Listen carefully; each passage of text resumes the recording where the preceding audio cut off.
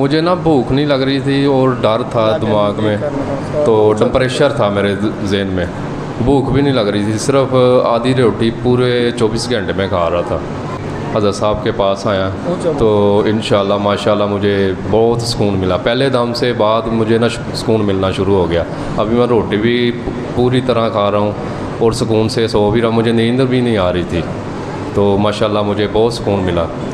अच्छा, भूख नहीं लगती थी और नींद नहीं आती थी? जी जी। उसके अलावा क्या जिस समय कोई बेचैनी तकलीफ क्या होती? मुझे जिस समय बेचैनी थी, ऐसे डर सा बैठ गया, मैं किसी जा नहीं रहा था। और रेल बाज़ार भी मैं तकरीबन 15-20 दिन गया ही नहीं, दुकान पे मुझे काम में दिल नहीं लग रहा था, कमरे से बाहर निकलने को दिल नहीं कर रहा था। तो अल्लाह का शुक्र, अभी मैं जा भी रहा हूँ, काम भी कर रहा हूँ, तो माशाल्लाह दुरूद पाक भी पढ़ रहा हूँ। नॉर्मल तरीके से हाँ, जिंदगी गुजार रहे हैं। पहले तरह की मेडिसिन भी खा रहा था, असर नहीं कर रही थी। नींद की भी मेडिसिन खा रहा था, लेकिन वो सो नहीं पा रहा था मैं।